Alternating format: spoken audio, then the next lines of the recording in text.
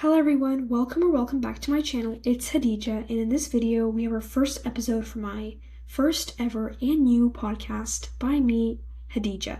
In this podcast, we're going to be talking about all sports. I'm an athlete and love sports, the events, the statistics, the tricks, the tips, like everything in between of being an athlete and being a fan. So if you are interested, subscribe, like this video, and turn on the notification bell to get notified when I post new videos. So, since it's a World Cup, we're going to be talking about that first, and then we'll cover some figure skating a little later. And if you would like to learn more about me, check out the description below. Okay, so since the World Cup is happening right now, we have to talk about the matches. I'll be covering matches that are the most hype, the most interesting, but if you would like to know more about a certain match or hear me talk about it, just comment down below. So, alright, let's move on. So the first match I'm going to be talking about in this channel, which was Spain versus Saudi Arabia. Today is June 21st, so it happened today. There was 4 matches in all. The one I watched and loved, obviously, was Spain versus Saudi Arabia. It was so interesting and amazing. I was kind of worried for them, honestly. They got a tie in their last game, and Lemon wasn't doing so well because of his leg injury, Lemon Yamal, but he's great now. They got a 4-0. They won. Lemon Yamal even scored a goal after not being able to play a lot in his last match because of an injury, as mentioned. So he scored a goal.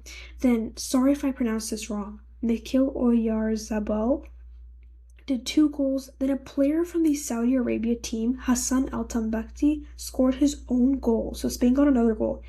I didn't watch the second half a lot, but according to Google, this is how the situation went. Mark Cucurella's volley was saved by the Saudi goalkeeper, but the ball deflected off defender Hassan Al-Tambakti into his own net. So that's the game for today. Now I want to talk about Turkey, because I'm half Turkish, and so Turkey's connected to me on a personal level. So as any other Turkish person, I am in shock, crying, and sad this whole week because of what happened. They were supposed to be the team of our dreams. Turkey hasn't been in the World Cup for 24 years, so this was supposed to be like huge.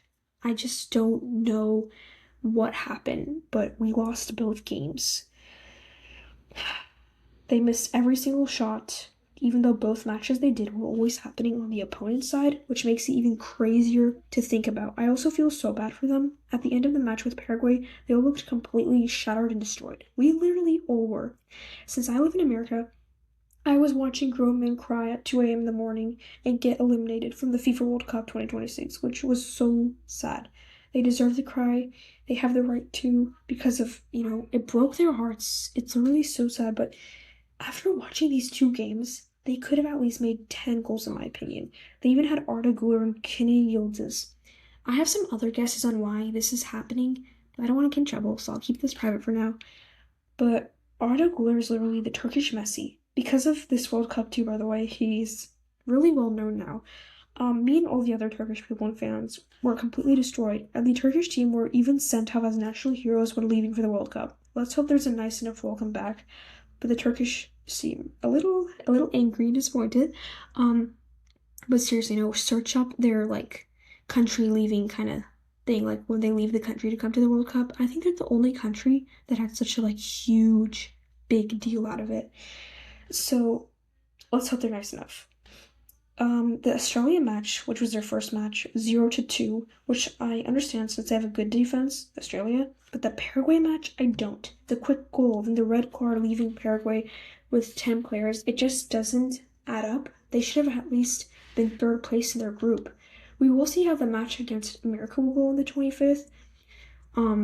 So based on the draw, we can see here that the draw on Google even says the win probability for the match is 46.6% USA and 29% Turkey.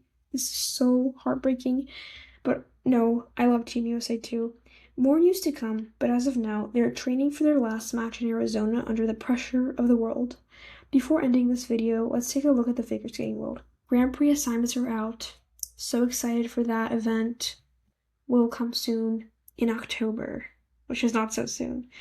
But Ilya is thinking of possibly missing the first half, Ilya Malinin, of the next upcoming season, but he does have an assignment. Madison and Evan are not doing this next season. Madison Chalk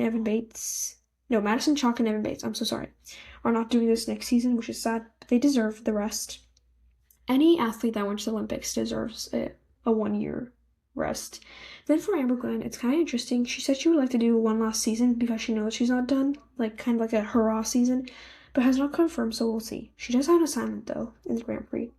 Okay, there are also lots of conversations about the ISU decisions that's happening, like all the meetings and everything for this next season about letting Russia compete, rule changes, prize money, etc. We'll know in the future the final decisions, but yeah, that's all I have for now. Oh my god, I forgot to go to the figure skating slide, but here it is. We have all our figure skaters here, and yes, the event calendar right there for the Grand Prix. You can find the Grand Prix series there and like all of the people who'll be competing and what country they'll be in. And so, yeah. Okay. Thank you so much for listening. Subscribe and like this video for more. If you have any ideas, comments, recommendations, etc., leave it down below. Thank you so much for taking your time to listen. And if you're interested in this, subscribe, hype this video. And yeah, thank you so much for listening. Bye.